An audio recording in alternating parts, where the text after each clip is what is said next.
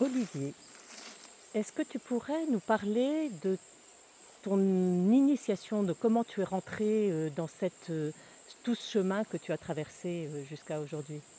Oui, alors donc je suis à Paris, j'ai une vingtaine d'années, je fais des études scientifiques très poussées, je me destine à une carrière de chercheur en physique théorique et je commence ma thèse.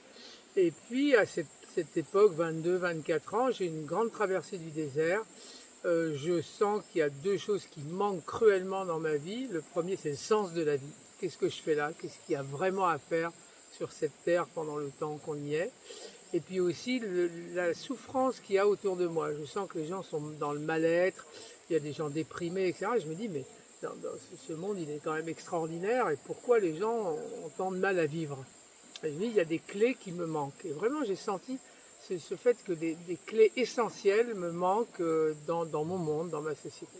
Et c'est là que je rencontre le Dalai Lama à l'âge de 24 ans. Je rencontre des grands lamas tibétains proches du Dalai Lama, certains parlent anglais.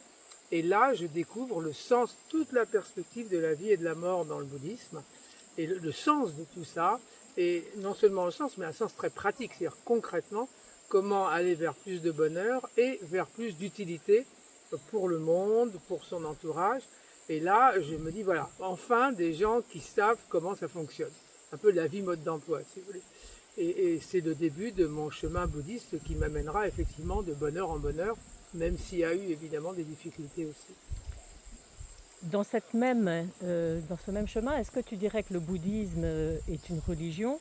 Ou est-ce que n'importe qui, est-ce que c'est plus une pratique universelle que chacun, même quelqu'un qui est totalement athée, peut s'approprier? Alors moi j'étais d'un milieu athée, donc plutôt croyant à la science, et ce qui m'a séduit dans le bouddhisme, c'était qu'on m'a dit, voilà, je suis entré dans un temple tibétain, on m'a dit, voilà, il y a un coussin de méditation, là tu t'assois sur le coussin, on te donne quelques instructions, et c'est toi qui vas découvrir ce que tu vas découvrir. Hein, on m'a invité à une exploration, on m'a invité à un chemin de découverte personnelle, d'expérience personnelle. On m'a pas dit de croire en Dieu, de croire en le Bouddha, de croire en je ne sais quoi.